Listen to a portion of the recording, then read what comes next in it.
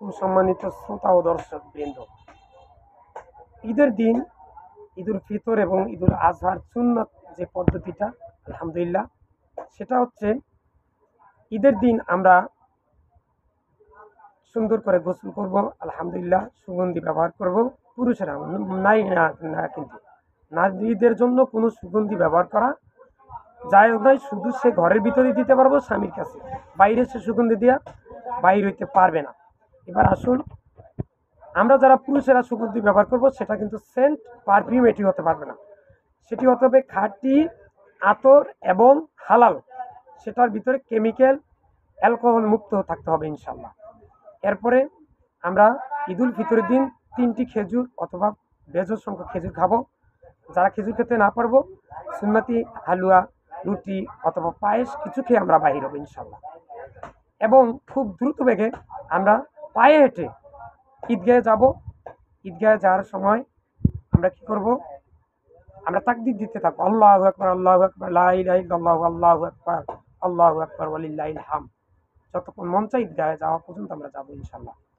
এবং বলবো এবং দ্রুত বেগে 7টা-8টার ভিতরে, 6টা 7টা 8টার ভিতরে ঈদের নামাজটা দ্রুত বেগে কমপ্লিট করা, এটাই ভালো। অনেক হাদিস এভাবে এসেছে। এরপর আসার সময় কি করবো, ঈদুল ফিতরের দিন যেই পথ দিয়ে আসছি পায়ে হেঁটে যাবো, আর আসার সময় অন্য পথ দিয়ে আসবো, আলহামদুলিল্লাহ এটা ভালো।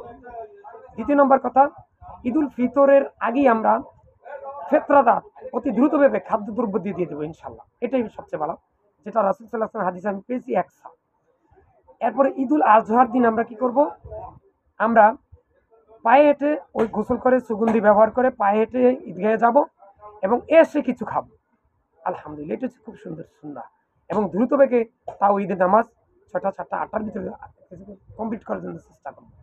আমার ভিডিওটা খুবই গুরুত্বপূর্ণ, সবাই এই কোরআন হাদিসের পদ্ধতিটা অনুসরণ করার জন্য চেষ্টা করবেন আলহামদুলিল্লাহ। আর ভিডিওটা শেয়ার লাইক করে সবার মাঝখানে প্রচার করে দিবেন। আর আল্লাহু আকবার আল্লাহু আকবার লা ইলাহা ইল্লাল্লাহ আল্লাহু আকবার ওয়ালিল্লাহিল হামদ, এটা ঈদগাহে যাওয়ার অবস্থায় করতে করতে আমরা যাবো ইনশাল্লাহ। এরপরে আমরা আশেপাশে গরিব যারা আছে তাদেরকে আমরা যা খাবো তাদেরকে খাওয়াবো। আমরা গোস্ত খাবো, পাশের বাচ্চাদেরকে খাওয়াবো, অসহায় প্রতিবেশী তাদেরকে খাওয়াবো। এবং ইয়া আল্লাহ, আমি সহ পৃথিবীর সকল মুসলিম উম্মাহকে তুমি শিরক বেদাত মুক্ত রেখে মৃত্যুর সময় লা ইলাহা ইল্লাল্লাহ পড়ে যেন আমরা মরতে পারি সেই তৌফিক দান করো।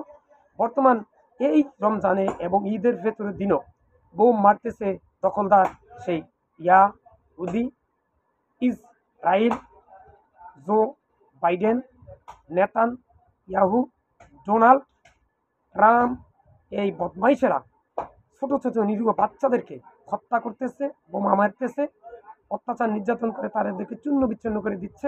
ইয়া আল্লাহ, তুমি ফিলিস্তিনের জন্য যথেষ্ট হয়ে যাও, তাদের সাহায্য সহযোগিতা যত কিছু যা লাগে সব কিছু তুমি করো। আজকে 300 কোটি মুসলমান 2025 সাল, মুসলমান কেউ ফিলিস্তিনের পাশে নাই। কোনোরকম আছে ইরান, কোনোরকম আছে লেবানন, কোনোরকম আছে তুরস্ক, এছাড়া সবাই যার যার স্থানে তারা আছে। তুমি তাদেরকে হেদায়েত করো, তাদের মনকে নরম করে দাও। ফিলিস্তিনের পাশে যেন 57টা মুসলমান রাষ্ট্রের প্রধানগণ সবাই যেন দাঁড়িয়ে যায়। 57টা মুসলমান দেশকে তুমি পারমাণবিক অস্ত্রের দেশ বানিয়ে দাও। 57টা মুসলমান দেশে ওমর রাদিয়াল্লাহু তাআলা আনহুর মতো শাসক নিযুক্ত করে দাও আল্লাহ। ইয়া আল্লাহ, আর নাহলে তাদেরকে তুমি সাহায্য করে দাও। ফিলিস্তিনের পাশে কেন তারা দাঁড়াচ্ছে না? আমিন। আসসালামু আলাইকুম।